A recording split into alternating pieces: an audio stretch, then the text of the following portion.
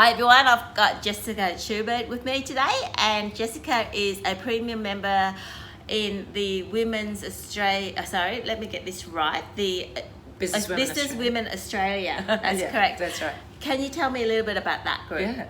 So I've been a member at Business Women Australia for, 2 or 3 years now. Yeah. And it's a collective network of women, business women that work together really to be able to, offer resources, to learn more, to develop, to exchange and to network. Yeah. It's Australia-wide. Yeah. It's founded by Lynn Hawkins in Perth. We have events and leadership development opportunities in all of the big cities. So Sunshine Coast, Brisbane, Sydney, Melbourne, I think Adelaide as well actually, and Perth. And how did you discover that group? I was approached by, I think it was Lynn directly through LinkedIn. There you go. Okay, yeah, networking. Yeah. That's right. We've got a video on LinkedIn. Oh, there you go. Yeah, there you right. go. And I think she saw what I was doing and invited me to one of the breakfasts, and I really liked just the culture that was, so present in that group. And supportive. And the support we had.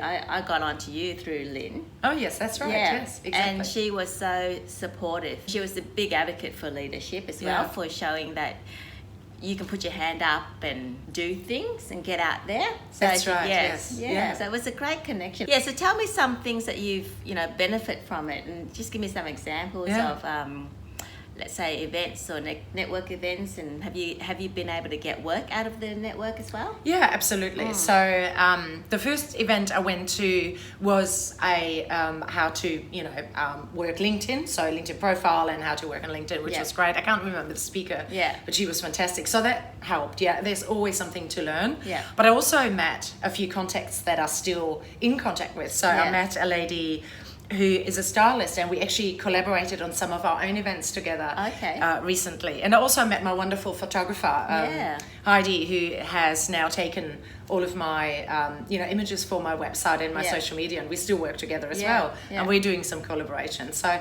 just amazing women, and definitely some interest in some work out of that as well. Yeah. So have you presented there as well? Yeah, so I've presented a few times, and started 2 or 3 years ago, and predominantly breakfast briefings, we call them, seminars, but also we're just about to roll out a series of sessions through WeWork in the city. We have my co-working space, and the next one is on networking. So it's called Networking Essentials. 18th of March. Watch out for it. And that's your course, is that right? That's my course. So it's just it's networking, and then an hour long. It's really immersive. So I really help people to get their pitch right. Some networking essentials. How do you prepare? How do you go? Because people know that apart from social media, which is fantastic, it is important to get out there and meet people. It's not as personal, is it? It's always nice to get back to IRL, as my kids will call it, in real life. In real life, that's right, yes. Let's get back to networking. What is the importance of networking, especially in a women's group? I think the importance is, first of all, that you do it and that you commit. And a lot of people stay away from it because they, it's time. It's time, but it's also what I'm going to say. A lot of people are introverts, and it's really hard for them to put themselves out there. And networking events always seen still as like, oh my God, I'm going to have to talk to strangers, and they'll probably ask me what I'm, what I do, and it's a lot less daunting when you are, prepared and have a bit of help. So first of all, I think it's because there's so much out there, and that's great. But it's about choosing what really adds value. Like, why do you want to go networking? Do you want to just, enrich your network? Are you're like a young leader? Or are you really going to, enhance the network, and you really, out there to build really strong connections? The one thing I must say, networking is not about, it's great if you get work, but you can't go in there with the attitude of like, I'm going to sell my services and I'm going to sell, right? It's all about making people run away from that, like, that's right, instantly, don't they? Absolutely, And once you've got the right networking events, you go to what you feel is, actually I'm comfortable here because they're the people I work with. They're interested in what I say. And when you have your pitch right, and I was just working with another client the other day, when people say like, but I tell them I'm an accountant and then they're shut down. I tell them I'm a lawyer and they're shut down. So I use Simon Sinek's Golden Circle to be able to turn that pitch around and really start with, how do you help people? How do you add value? And telling them, you know, what you do and why you do it, rather than you know, just technical, like, so giving I'm people a coach. giving people the why and not That's the what, right. I guess. That's right.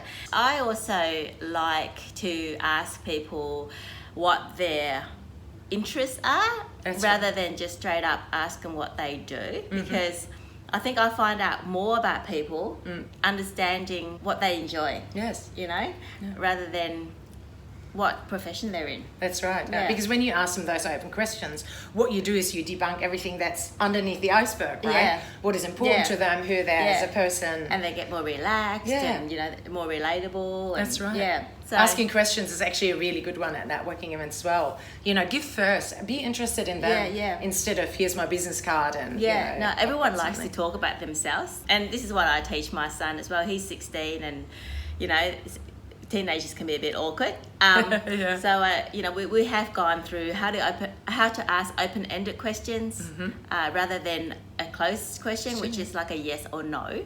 Ask them about their holidays, or what did you do in your holidays, what did you enjoy most in your day, what kind of hobbies you like, and it gives them another perspective to being, okay, I'm an accountant, you know. That's right. Except that accounting can be really interesting because she surfs or does, you know, travel blogs or something else.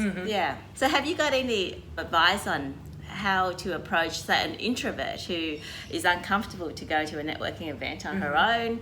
How would you go about approaching a networking night or session? Yeah, when you are an introvert or when you meet an introvert? Well, both. Let's do both. Let's say if you are an introvert, how do you get yourself psyched up to go to one?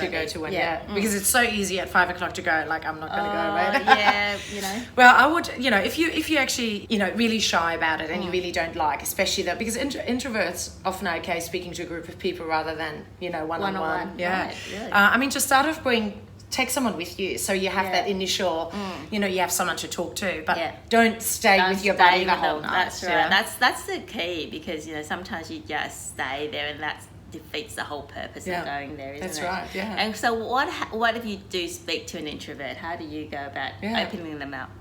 So because I'm the opposite, I know when I meet someone, and I can tell from their body language and everything that, you know, they're sort of on the opposite side of the spectrum, and I'm just a lot gentler. And I'll ask them questions, but I give them a lot of time to answer, and I don't go deep into questions like politics or how do you feel, because I know talking about emotions and even like, you know, say family would be something quite private to them as well. Staying really gentle and just, you know, open it up, because you're always gonna remember, although they're there and they're introverts, you know, although they're introverts, they're there to network. It's just harder for them. So make it easy, but it doesn't mean, you know, when you think like, oh, I'm not getting much from this person, don't take it personally as an extrovert. It's just, they're just, you know, introverts. They just like that with everybody. And we have to be careful with those words as well. So introvert really is where you get your energy from. It's not necessarily meaning shy, right? So it's quite complex, the, you know, the personalities you meet. Oh wow. Yes, I mean, I'm an extrovert and I'm married to an introvert. It's taken me ages to understand him because they find social events quite exhausting. At the end of the night, you know, they're absolutely exhausted because they have to put on that hat. You know that as we talked about disc profiles, they put on the D and have to get out there. It's not like they can't do it, because they can do it, but it takes them a lot more effort. Whereas for me, I get my energy from meeting people. Yes, same for me. Have you got LinkedIn, Facebook, Instagram? That's all right. that stuff. So I'll put that in the section down below. And then you can look for Jessica and connect with her on LinkedIn. Is it LinkedIn your most preferable platform? LinkedIn. Well, I show up daily on LinkedIn, Facebook, and Instagram. So whatever you fancy, but there'll be always insights, tips, quotes. Fantastic. On all 3 platforms.